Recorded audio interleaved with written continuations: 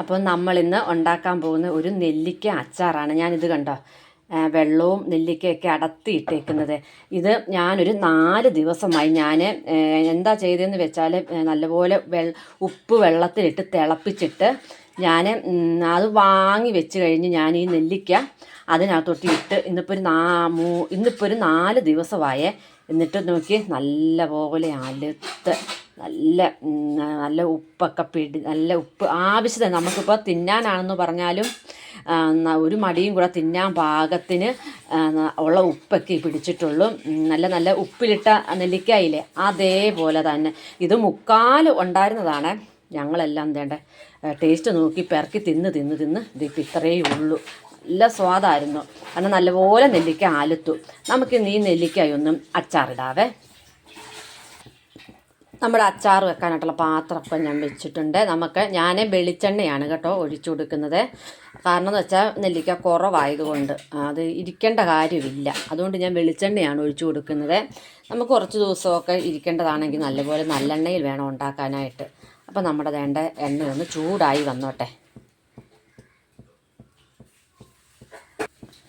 നമ്മുടെ എണ്ണ ചൂടായി വന്നിട്ടുണ്ട്. ഇത് ഞാൻ ഇഞ്ചി വെളുത്തുള്ളിയാണ്. നമുക്ക് ആ ഇഞ്ചിയും വെളുത്തുള്ളിയും കൂടി ഒന്ന് മൂപ്പിച്ചെടുക്കാം.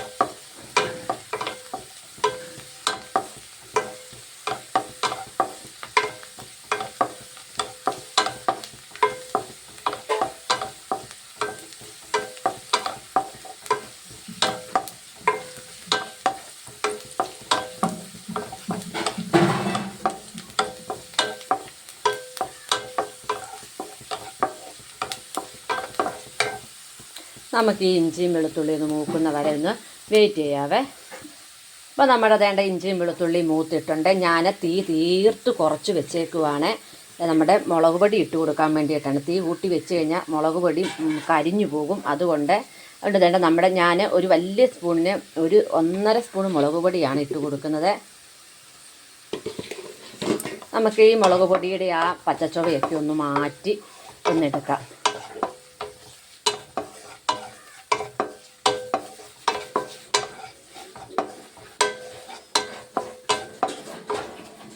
ഞാൻ ഒരു 2 തണ്ട് കരിയാപ്പിലയും കൂടെ ഇവിടെ എടുത്തു വെച്ചിട്ടുണ്ട്. നമ്മുടെ എണ്ണയുടെ കൂടെ ഇട്ട് കൊടുക്കാനായിട്ട് ഞാൻ മറന്നുപോയി. അപ്പോൾ ഇതിൻ്റെ കൂടെ ഞാനതങ്ങ് ഇട്ട് കൊടുക്കുവാണ്.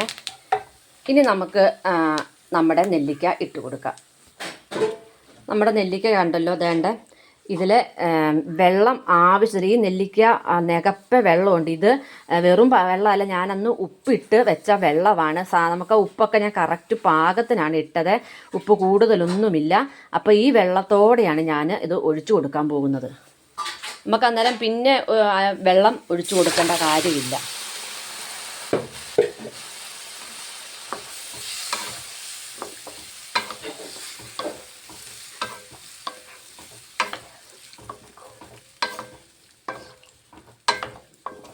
ഇനി നമുക്ക് തീ ഒന്ന് കൂട്ടി കൊടുക്കാവേ.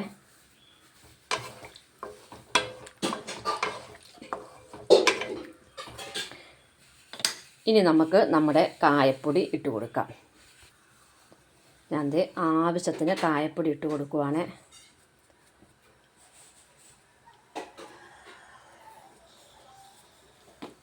അച്ചാറിനൊക്കെ നമുക്ക് നല്ലപോലെ കായപ്പൊടി വേണമല്ലോ. അപ്പം ഞാൻ ആവശ്യത്തിന് ഇട്ട് കൊടുത്തിട്ടുണ്ട് കായപ്പൊടി. പിന്നെ ഉപ്പ് നമുക്ക് നോക്കിയിട്ട് വേണമെങ്കിൽ മാത്രം ഉപ്പ് ചേർത്താൽ മതിയേ. കാരണം ഈ വെള്ളത്തിന് ഉപ്പുള്ളത് കൊണ്ടാണ്. വേണമെങ്കിൽ മാത്രം. ഇനി നമുക്ക് നല്ലപോലെ ഒന്ന് തിളച്ചിട്ട് നമുക്ക് വിനാഗിരി കൂടി ഒഴിച്ച് വാങ്ങിക്കഴിയുമ്പോൾ നമ്മുടെ നെല്ലിക്ക അച്ചാർ റെഡിയാണ്. അപ്പോൾ ഈ വീഡിയോ എല്ലാവർക്കും ഇഷ്ടമായാൽ എല്ലാവരും ഒന്ന് ലൈക്ക് ചെയ്തൊക്കെ ഒന്ന് ഷെയറൊക്കെ ഒന്ന് ചെയ്യണേ. അതുപോലെ നിങ്ങളുടെ അഭിപ്രായങ്ങളും നിർദ്ദേശങ്ങളും ഒക്കെ ഒന്ന് കമൻ്റായിട്ട് ഇടുകയൊക്കെ വേണം. പിന്നെ അത് ആദ്യമായിട്ട് കാണുന്ന എല്ലാ കൂട്ടുകാരും ഒന്ന് സബ്സ്ക്രൈബ് ചെയ്തേക്കണേ.